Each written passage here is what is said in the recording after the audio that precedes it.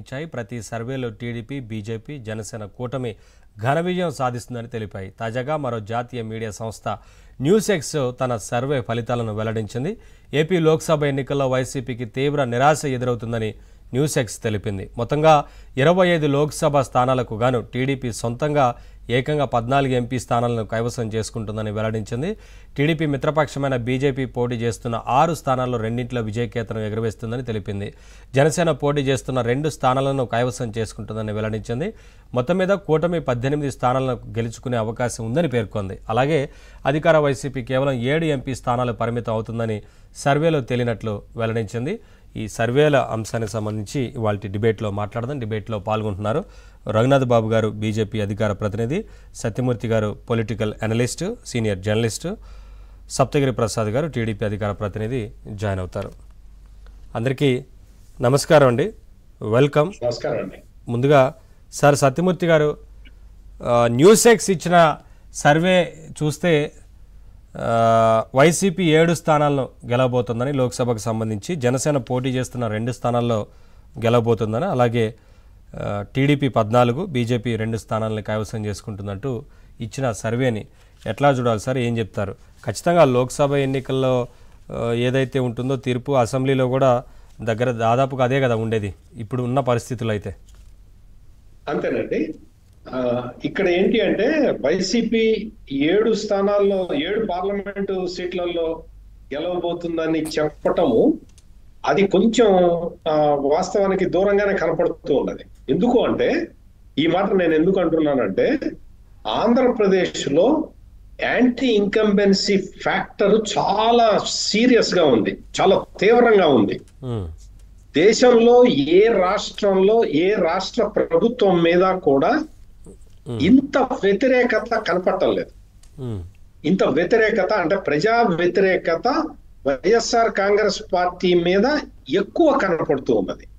ఇంత anti incumbency కనపడుతున్న ఈ తరుణంలో 7 పార్లమెంటు సీట్లు రావటం అనేది కొంచెం నాకైతే కొంచెం ఇదిగానే ఉంది. అంటే వస్తాయని చెప్పటము, అఫ్ కోర్స్ వాళ్ళ లెక్కలు వాళ్ళకు ఉంటాయి, కానీ ఈ యాంటీ ఇన్కంబెన్సీ ఫ్యాక్టర్ ని పరిగణనలోకి తీసుకుంటే మార్జినల్ లాగా కూడా వైసీపీ ఇన్ని పార్లమెంటు సీట్లలో బయటపడటం అనేది కొంచెం కష్టసాధ్యంగానే కనపడుతూ ఉన్నదండి.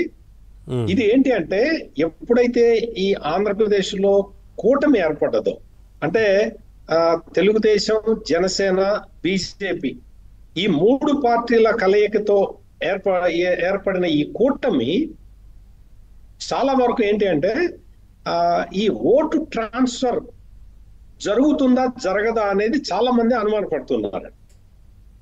కానీ జరుగుతున్న పరిణామాలను మనం చూస్తూ ఉంటే ఓటు ట్రాన్స్ఫర్ అనేది ఇక్కడ ఖచ్చితంగా జరుగుతుంది అని చెప్పటానికి ఆస్కారం ఉంది.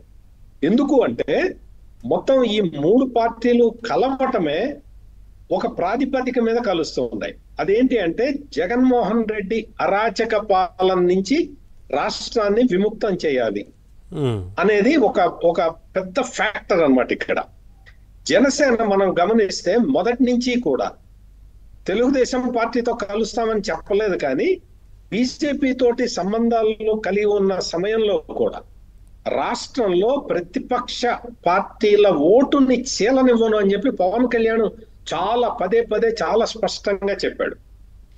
తర్వాత భారతీయ జనతా పార్టీ చేసిన ఈ కార్యక్రమాలు, అంటే భారతీయ జనతా పార్టీ చాలా మంది ఏమనుకుంటారంటే, భారతీయ జనతా పార్టీ ప్రజాక్షేత్రంలో ఎక్కడ యుద్ధం చేయలేదు అని అనుకుంటారు. అదేంటంటే, కొంతమంది నాయకుల వల్ల ఆ అపోహ కలిగిందండి.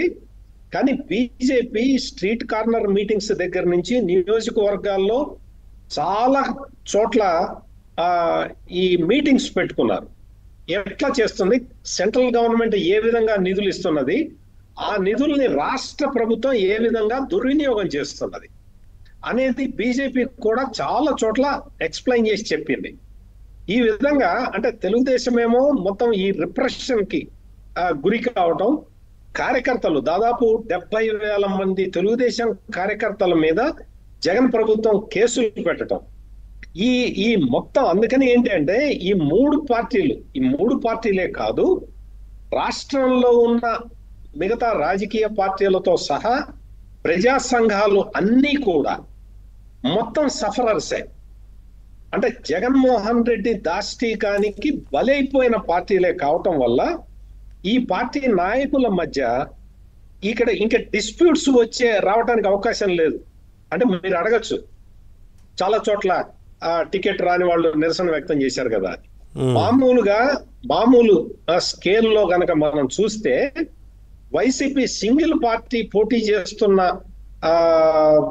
చేస్తున్న సమయంలో ఆ పార్టీలో ఎదురైన వ్యతిరేకతతో పోలిస్తే 3 పార్టీలు కలిసి ఒక కూటమిగా ఏర్పడి పోటీ చేస్తుంటే వచ్చిన ఈ వ్యతిరేకత లేదు, నిరసనలు ఇవన్నీ కూడా చాలా తక్కువ స్థాయిలో ఉన్నట్టే మనం అనుకోవచ్చు. ఇదేంటి అంటే మెయిన్ గా తెలుగుదేశం జనసేన ఎప్పుడైతే అలయన్స్ పెట్టుకున్నాయో అప్పటి నుంచి కోఆర్డినేషన్ మీటింగ్లు అనేవి రెగ్యులర్ గా జరుగుతూ ఉన్నాయి. ఈ రెగ్యులర్ మీటింగ్స్ కారణంగా ఏంటి అంటే కొంత ఆ ఫ్రిక్షన్ తగ్గింది. కొంతమంది అంటే పోతిన మహేష్ లాంటి వాళ్ళు కొంతమంది ఉంటారు, ఎక్కడైనా ఉంటారు, సహజంగా ఉంటారు. వాళ్ళు టికెట్ ఆశిస్తారు, ఆ టికెట్ రాకపోవడంతో వాళ్ళు పార్టీల మీద తిరుగుబాటు చేసే వాళ్ళు ఎక్కడైనా ఉంటారు. తెలుగుదేశంలో ఉంటారు, బీజేపీలో ఉంటారు, జనసేనలో ఉంటారు. కాకపోతే ఏంటి అంటే వైసీపీలో ఉన్నన్ని తిరుగుబాట్లు ఈ 3 పార్టీలతో పోల్చి చూసినా కానీ ఎక్కడ కనపడలేదు. సో సీట్ల సర్దుబాటు కూడా సజావుగానే జరిగింది అని అంటారు, అంతే కదా? దాదాపుగా సజావుగా జరిగింది. ఓకే, సరే సార్, సర్వే గురించి డిస్కస్ చేద్దాం. సప్తగిరి ప్రసాద్ గారు కూడా జాయిన్ అయ్యారు. ప్రసాద్ గారు నమస్కారం అండి, ఏం చెప్తారు? ఒకవైపు ఒక చిన్న పాయింట్ అండి,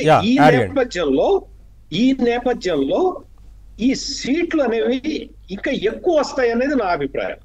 ఓకే, ఇంకా మీ అంచనాలు వీటికన్నా ఎక్కువగా వస్తాయని అనుకుంటున్నారు? వీటికన్నా ఇప్పుడు న్యూస్ ఎక్స్ సర్వే కన్నా